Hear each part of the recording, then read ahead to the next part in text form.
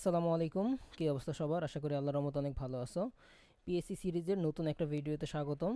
আহ, আজকের ভিডিওতে আমরা এই কোশ্চেনটা সলভ করব। কোশ্চেনটা হচ্ছে e⁻³ সাইন স্কোয়ার এক্স এর nth ডেরিভেটিভ নির্ণয় করো। এটা বুয়েটে আসছিল 2001-2002 সেশনে, ভর্তি পরীক্ষায়।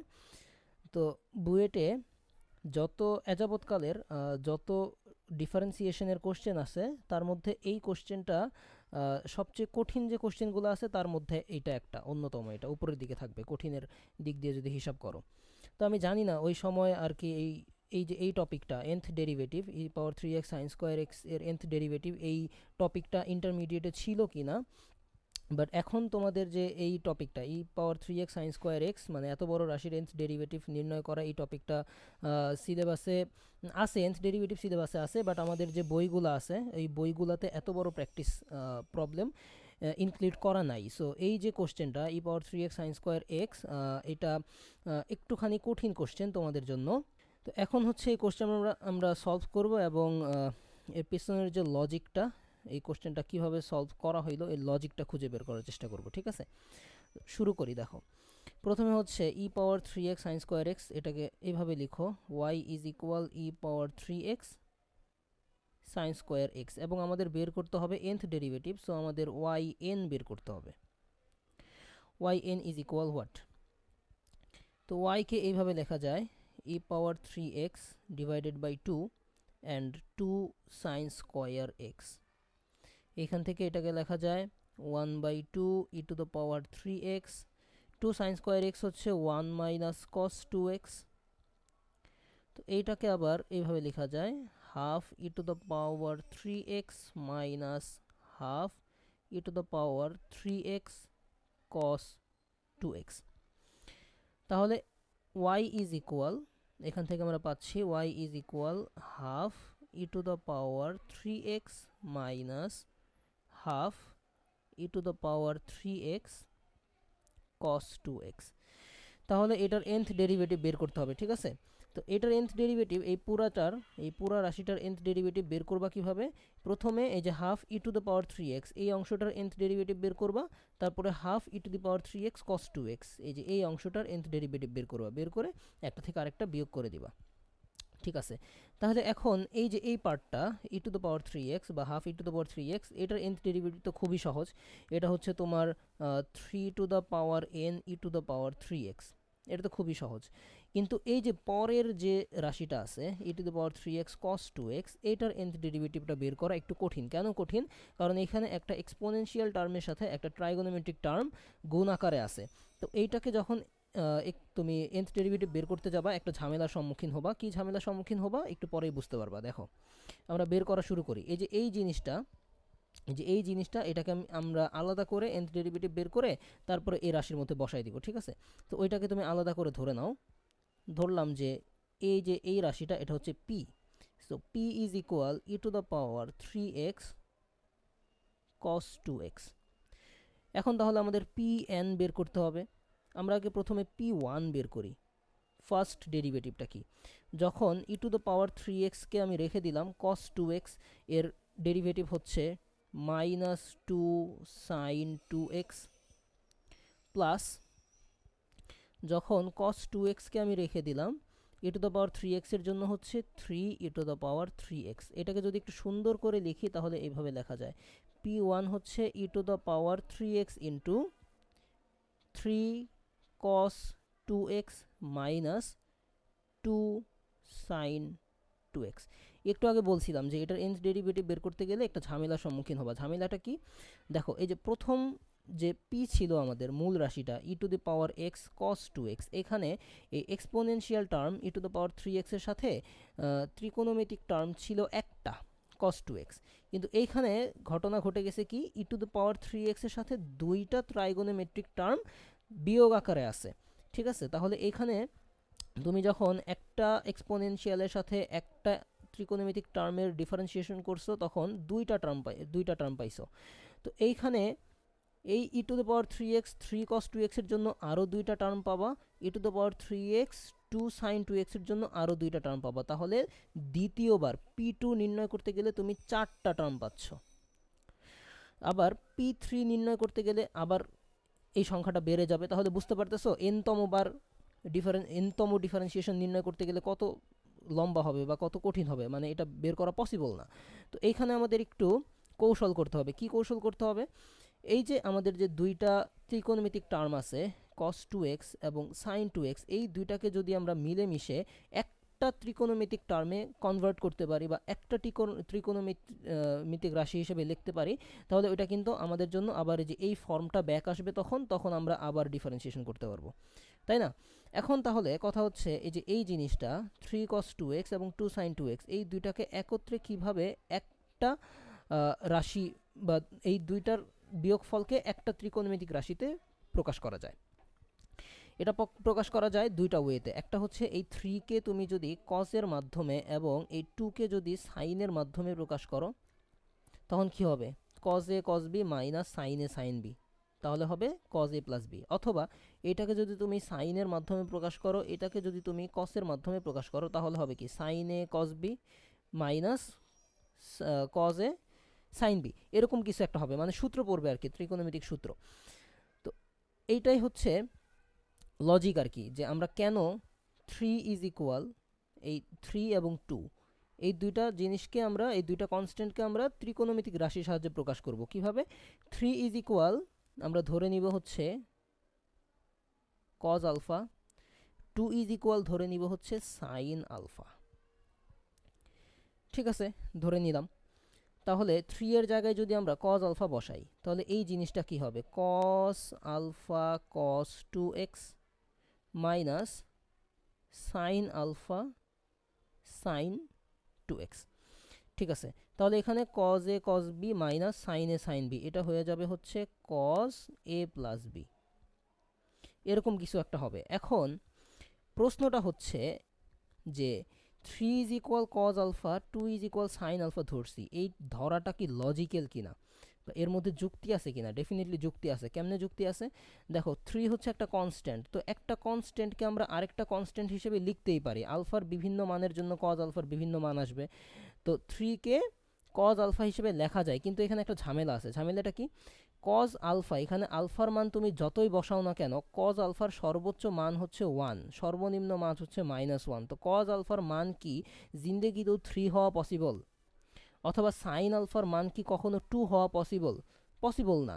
তো এইটাকে পসিবল করার জন্য এই যে আমরা এই কনস্ট্যান্ট 3 এবং 2 এটাকে ত্রিকোণমিতির সাহায্যে প্রকাশ করছি, তাকে একটা কনস্ট্যান্টের সাথে গুণ আকারে লিখতে হবে। ধরো এখানে আমরা লিখলাম r cos alpha r sine alpha, এখন কিন্তু এটা পসিবল। তাহলে 3 ইজ ইকুয়াল শুধু cos আলফা, 2 ইজ ইকুয়াল শুধু সাইন আলফা কিন্তু ধরা যাবে না। 3 is equal r cos alpha r sine alpha ধরতে হবে। কেন? কারণ cos আলফার মান কিন্তু সর্বোচ্চ 1, আমরা এখানে পাইতেছি 3 ইজ ইকুয়াল cos আলফা, এটা কিন্তু কখনোই পসিবল না। তো 3 is equal r cos alpha, 2 is equal R sine alpha. আচ্ছা, ঠিক আছে। এখন এই যে আর cos আলফা এবং আর সাইন আলফা, এটাকে যদি তুমি এখানে বসায় দাও, এই p1 এর মধ্যে যদি এটাকে বসায় দাও, p1 is equal e to the power 3x, 3 এর জায়গায় হচ্ছে r cos alpha cos 2x minus 2 এর জায়গায় হচ্ছে আর সাইন আলফা সাইন 2x। বেশ ভালো কথা। এবার এখান থেকে কি লেখা যায়? p1 ইজ ইকুয়াল, এই আর হচ্ছে কমন চলে যাবে, so e to the power 3x, r common, cos alpha cos 2x sin alpha sin 2x, অর্থাৎ cos a cos b minus sin a sin b, which is cos a plus b। তো এইভাবে লিখো cos a plus b, এটাকে হচ্ছে cos alpha plus 2x। তার মানে p1 হচ্ছে e to the power 3x into R cos alpha plus 2x। তাহলে এখন p2 কি হবে? দেখো তো, p2 ইজ ইকুয়াল, এই আর তো একটা কনস্ট্যান্ট, আর কে আর এর মতো রেখে দিলাম, ই পাওয়ার 3x কে যখন আমি রাখলাম cos আলফা প্লাস 2x এর জন্য minus 2 sine alpha plus 2x plus 3 e to the power 3x cos alpha plus 2x। এটাকে কি লেখা যায়? p2 ইজ ইকুয়াল, আর তো আগে থেকেই আছে, e to the power 3x common, তাহলে ওইখান থেকে হচ্ছে 3 cos alpha plus 2x minus 2 sin alpha plus 2x। এখন আবার একই কাজ, এই যে আমরা ধরে নিয়েছিলাম 3 is equal r cos alpha, 2 equal R sine alpha. কেননা এখানেও দেখো তো এই যে এই তোমার এক্সপোনেনশিয়াল টার্মের সাথে দুইটা ত্রিকোণমিতিক রাশি বিয়োগ আকারে আছে, তো এই দুইটাকে যখন তুমি আবার একটা রাশিতে কনভার্ট করবা, এই যে এরকম একটা রাশিতে, এই যে এখানে আমরা 3 cos 2x minus 2 sin 2x, এই দুইটাকে যখন আমরা একটা ত্রিকোণমিতিক রাশিতে কনভার্ট করছি তখন আমরা আবার ডিফারেন্সিয়েশন করতে পারছি। তো এইখানেও জিনিসটা সেম, এই দুইটা রাশিকে যখন একটা রাশিতে প্রকাশ করতে পারবা তখন তুমি আবার ডিফারেন্সিয়েশন করতে পারবা, তাই না? তো এখন ওই সেম প্রসেস, এই 3 এর জায়গায় আর cos আলফা, 2 এর জায়গায় আর সাইন আলফা, এটা আমরা বসায় দিব। p2 is equal r e to the power 3x, 3 এর জায়গায় হচ্ছে r cos আলফা, আর এখানে আছে হচ্ছে cos alpha plus 2x minus 2 এর জায়গায় r sin আলফা, আর এখানে sin alpha plus 2x।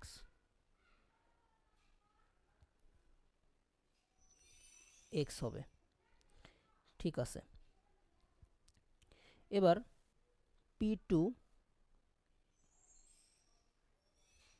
Is equal, এই আর কমন যাবে, তাহলে বাইরে আর স্কোয়ার হয়ে যাবে ই টু দ্য পাওয়ার 3x, আর ভেতরে হচ্ছে দেখো এই যে এই জিনিসটা দেখো cos আলফা প্লাস 2x, তার মানে cos a cos b minus sin a sin b, again cos a plus b।